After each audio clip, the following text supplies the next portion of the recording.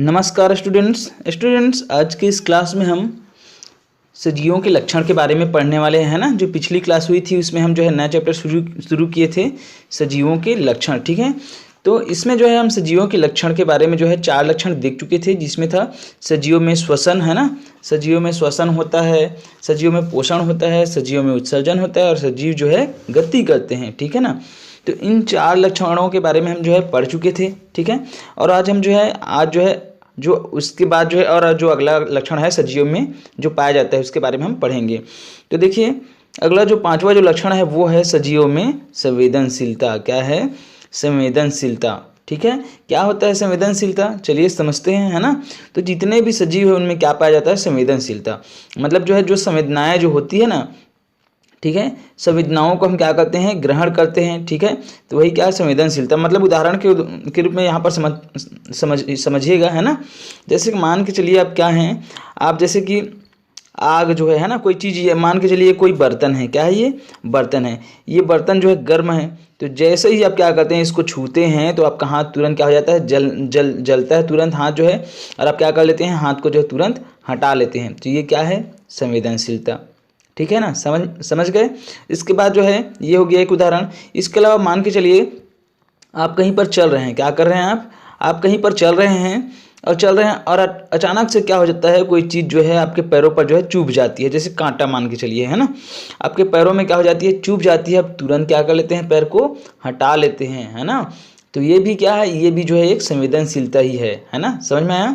कुल मिलाकर के यदि जो है हम देखें तो यदि हम जो है तो अपनी त्वचा में किसी भी चीज़ को जो है छूते हैं तो हम उस चीज़ को क्या करते हैं? महसूस करते हैं। तो ये क्या है? सब संवेदनशीलता। तो जितने भी जीव जंतु पाए जाते हैं उनमें क्या पाई जाती है? सभी जितने भी सजीव हैं उनमें जो है संवेदनशीलता पाई जाती है। अब देखिए, सजीव के अंतर्गत जो है जीव जंतु तो आते ही हैं, इसके साथ साथ जो है ना पेड़ पौधे भी आते हैं। क्या आते हैं?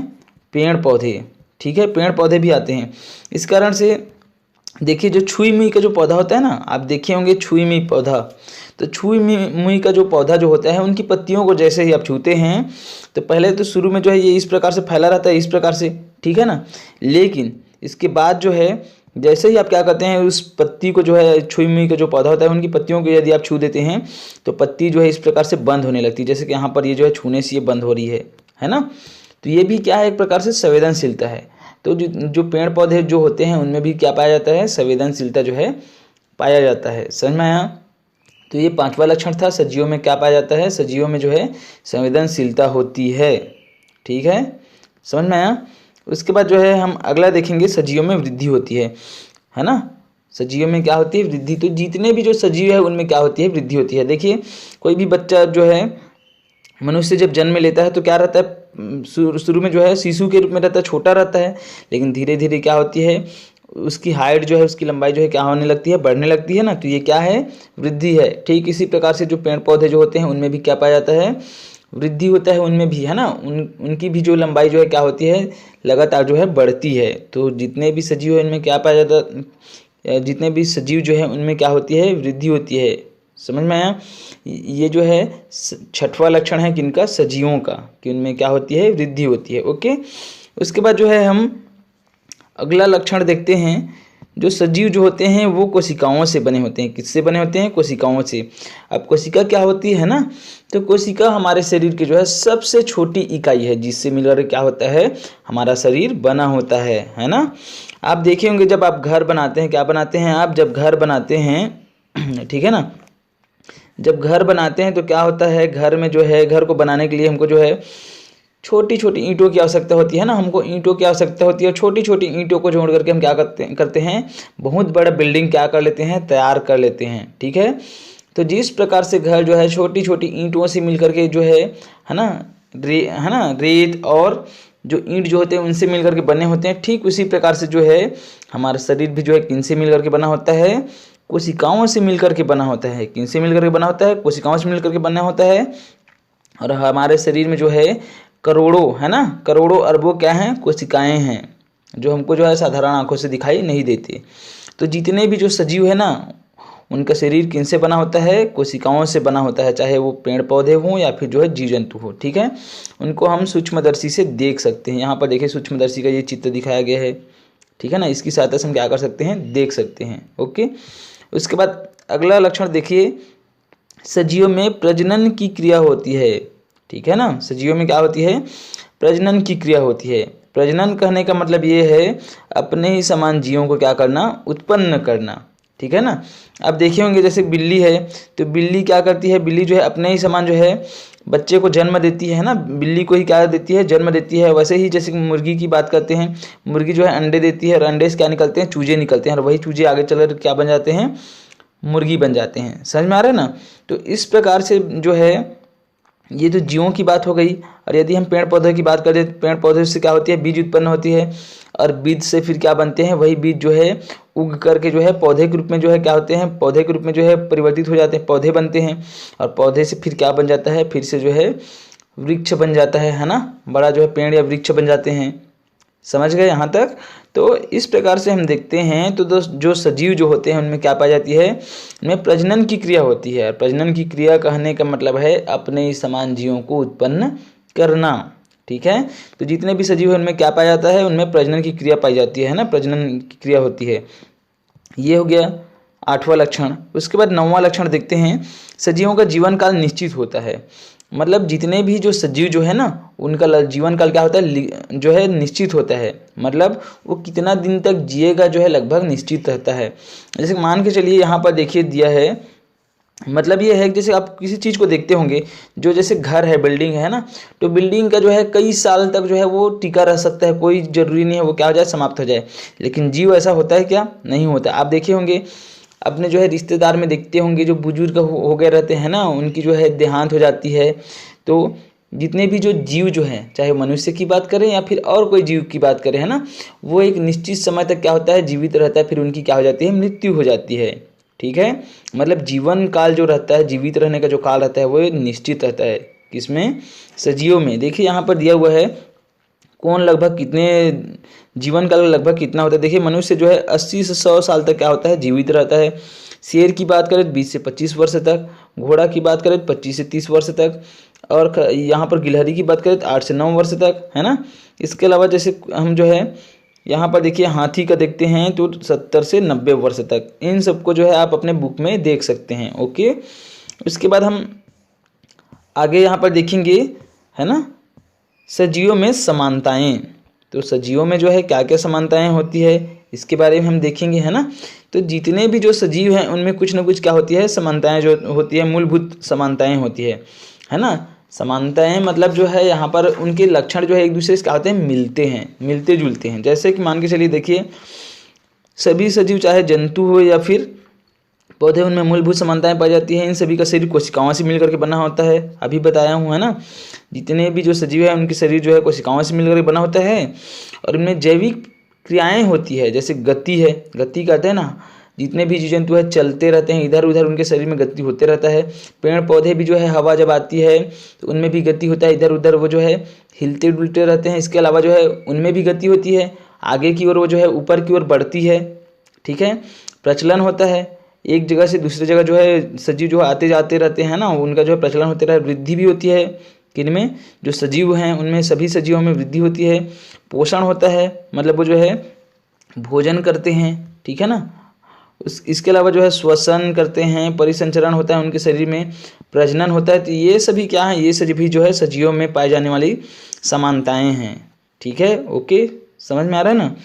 तो ये जो है समानताएं क्या होती है, ठीक है। इसके अलावा जो है ना, मतलब ये जो है ये समानताएं आप समझ गए होंगे कि किस प्रकार समानताएं होती है। जितने भी सजीव जो होते हैं उनमें जो है कोई न किसी प्रकार से क्या होती है, कुछ समानताएं होती है। ओके, उसके बाद देखिए सजीवों में पाई जाने वाली विविधताएं। तो सजीवों में क्या क्या विविधताएं पाई जाती है। विविधताएं मतलब अलग अलग होना, ठीक है ना। देखिए पहला देखिए विविधताएं में आकार में विविधता।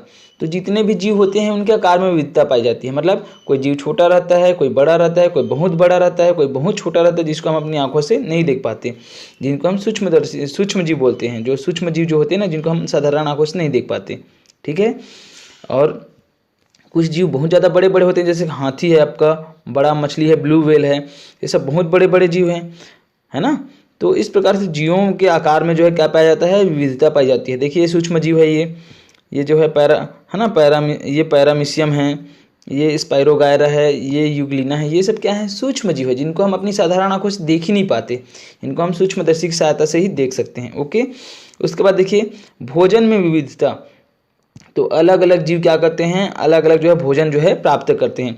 जैसे पेड़ पौधे हैं, तो पेड़ पौधे जो है अपना भोजन स्वयं बना लेते हैं, इस कारण से इनको क्या बोलते हैं, स्वपोषी बोलते हैं। और जबकि अन्य जो जीव जंतु अपना भोजन जो स्वयं नहीं बना सकते उनको परपोषी बोलते हैं। क्या बोलते हैं, परपोषी बोलते हैं। जैसे मनुष्य है, तो मनुष्य जो है भोजन के लिए पेड़ पौधों पर निर्भर रहता है ना। हमको चावल कहाँ से मिलता है, पौधों से मिलता है। सब्जी कहाँ से प्राप्त करते हैं, पौधों से प्राप्त करते हैं। इस प्रकार से हम भोजन के लिए जो है जो पेड़ पौधे हैं उन पर निर्भर रहते हैं, इसलिए हम क्या हैं, हम परपोषी हैं। तो जितने भी जो सजीव है उनमें जो है भोजन के मामले में क्या रहता है, विविधता रहता है कि कोई जो है स्वयं अपना भोजन बना लेता है, जैसे पेड़ पौधे हैं, कोई भोजन नहीं बना पाते तो वो क्या करते हैं, वो जो है अन्य जीवों के द्वारा क्या करते हैं, अपना भोजन जो है प्राप्त करते हैं। जैसे अमरबेल है, अमरबेल क्या करते हैं, स्वयं भोजन नहीं बना पाते, और ये क्या रहते हैं, ये जो है पेड़ पौधों पर लिपटे रहते हैं और उनसे ही उनका जो भोजन रहता है उनको जो है अवशोषित करते हैं। समझ में आ रहा है। इसके अलावा कुछ पेड़ पौधे जो रहते हैं वो सड़े गले जो पदार्थ होते हैं उनको भोजन के रूप में ग्रहण करते हैं, जिनको हम नितोपजीवी बोलते हैं। जैसे कुकुरमुत्ता है ना, और फफूंद है, ये सब क्या करते हैं, ये सड़े गले पदार्थों को भोजन के रूप में क्या करते हैं, ग्रहण करते हैं। ठीक है। इसके अलावा जो कुछ जो जीव जो होते हैं वो कीड़ों को क्या करते हैं, भोजन के रूप में ग्रहण करते हैं, उनको हम क्या बोलते हैं, कीटभक्षी बोलते हैं। समझ में आया। तो ये जो है सबका जो है क्या है, भोजन का अलग अलग जो है भोजन में विविधता पाया जाता है। इसके अलावा कुछ शाकाहारी होते हैं जो हरे पेड़ पौधों खाते हैं, कुछ मांसाहारी होते हैं जो मांस खाते हैं। ठीक है। और जो सर्वाहारी किनको बोलेंगे, जो हरे पेड़ पौधों को भी खाते हैं और मांस भी खाते हैं। ठीक है ना, मतलब जो है जो शाकाहारी भी होते हैं मांसाहारी भी जो होते हैं उनको हम क्या बोलते हैं, सर्वाहारी। जैसे मनुष्य है, मांस भी खाता है और क्या खाता है, जो हरे पेड़ पौधे इनको जो है भोजन के रूप में जो है उनको क्या करते हैं, ग्रहण करते हैं। तो क्या है, मनुष्य सर्वाहारी। समझ में आया। ओके, देखिए यहाँ पर चित्र देख लीजिए कि कौन कौन क्या क्या है। ये आपका कुकुरमुत्ता है ना, और ये जो है कलश पादप है जो कीटों को खाते हैं, भोजन के रूप में ग्रहण करते हैं। और ये अमरबेल है, देखिए ये ऐसा लिपटा रहता है पेड़ पौधों में, आप देखे होंगे। ठीक है। इसके बाद देखिए आवास के आधार पर विविधता।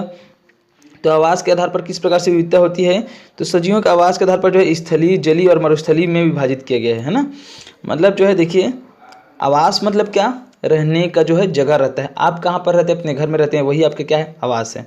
तो आवास के आधार पर क्या होता है, इसमें भी सजीवों में विविधता पाई जाती है। जैसे कि पहला है स्थलीय जंतु एवं पौधे, जो स्थल में रहते हैं, है ना, स्थल में जो रहते हैं उसको हम क्या बोलते हैं, स्थलीय जंतु और पौधे, है ना।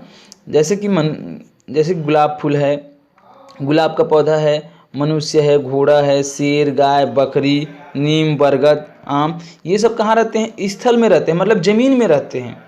समझ में आ रहा है ना। तो इनको स्थलीय जंतु एवं पौधे बोलते हैं, जो कहाँ पर रहते हैं, स्थल में रहते हैं। ओके। इसके बाद जो है दूसरा आता है जलीय जंतु एवं पौधे। तो कुछ जंतु जो है क्या रहते हैं, जल में ही रहते हैं, जैसे मछली है, कमल है, ये सब क्या है, जलीय जंतु हैं जो कहाँ रहते हैं, जलीय जीव है जो कहाँ पर रहते हैं, पानी के अंदर, जल में ही रहते हैं। समझ में आ रहा है ना। तो ऐसे जीवों को हम क्या बोलते हैं, जलीय जंतु बोलते हैं, जो जल में रहते हैं। ठीक है। ओके, समझ में आया। आप जो है बहुत सारे जीवों को देख सकते हैं, तो जलीय जंतु हैं। तो इसमें भी जो है जो जीव कहाँ रहते हैं, जल में भी रह सकते हैं और स्थल में भी रह सकते हैं, जमीन में भी रह सकते हैं और जल में भी रह सकते हैं। ऐसे जीवों को हम बोलते हैं उभयचर। क्या बोलते हैं, उभयचर। जैसे मेढक है, पानी में भी रह सकता है और स्थल में भी रह सकता है। ओके। मगर भी जो है वो भी वैसा ही है। कछुआ भी है, पानी में भी रह सकता है और जमीन में भी रह सकता है। तो इन सभी जीवों को हम क्या बोलते हैं, मेढक है, मगर है, कछुआ, इनको हम उभयचर बोलते हैं, जो पानी में भी रह सकता है और स्थल में भी रह सकता है। ओके। उसके बाद जो अगला जो है आवास के आधार पर जो तीसरा जो प्रकार है वो है मरुस्थलीय जंतु एवं पौधे। मरुस्थल कहने का मतलब है जहाँ पर रेत ही रेत पाया जाता है। ठीक है ना, उनको हम क्या बोलते हैं, ऐसे जगह को जो है मरुस्थल बोलते हैं। तो मरुस्थल में जो है ना, मरुस्थल मतलब रेगिस्तान। ठीक है ना, उसी को हम रेगिस्तान भी बोलते हैं। तो यहाँ पर जो पेड़ पौधे पाए जाते हैं, जंतु और पौधे, उनको हम मरुस्थलीय जंतु बोलते हैं, है ना। ठीक है। तो देखिए इनमें जो है, क्योंकि मरुस्थल में क्या रहता है, पानी की कमी रहती है, एकदम सूखा रहता है। ठीक है ना, इस कारण से ये जो जितने भी यहाँ पर जीव जंतु पाए जाते हैं मरुस्थल में, या फिर जो पेड़ पौधे पाए जाते हैं, उनमें जो है विशेष प्रकार की संरचनाएं होती है उनके शरीर में। जैसे देखिए ऊँट के पैर के तलवे जो है गद्देदार होते हैं, तभी वो जो है रेत में चल पाता है। ठीक है। और नाग फनी जो रहता है ना, कांटेदार जो पौधा जो होता है, उनकी पत्तियां जो होती है वो जो कांटे के रूप में क्या हो जाती है, बदल जाती है। ठीक है, ताकि पानी का जो है ज़्यादा जो है क्या ना हो, उनके शरीर से जो है उत्सर्जित ना हो इस कारण से। ठीक है, ओके। देखिए यहाँ पर जो है चित्र भी दिया हुआ है, ये तो मछली है, ये जलीय जंतु है ना। उसके बाद जलकुंभ भी है, ये भी जली है। और ये नागफनी जो है मरुस्थली है। देखिए इनकी पत्तियां जो है ना कांटों के रूप में क्या हो गई रहती है, परिवर्तित हो गई रहती है। समझ में आया, ये आप समझ गए होंगे। इसके बाद जो अगला जो है ना, वर्गीकरण की आवश्यकता। ठीक है, तो वर्गीकरण की आवश्यकता को हम नेक्स्ट क्लास में पढ़ेंगे। आज ये जितना मैं पढ़ाया हूँ ध्यान से समझ लीजिएगा, है ना। वीडियो को जो है यदि एक बार में समझ में नहीं आता है तो 2 बार देख लीजिए, बुक को भी पढ़ लीजिए। ठीक है, तो आज के लिए बस इतना ही।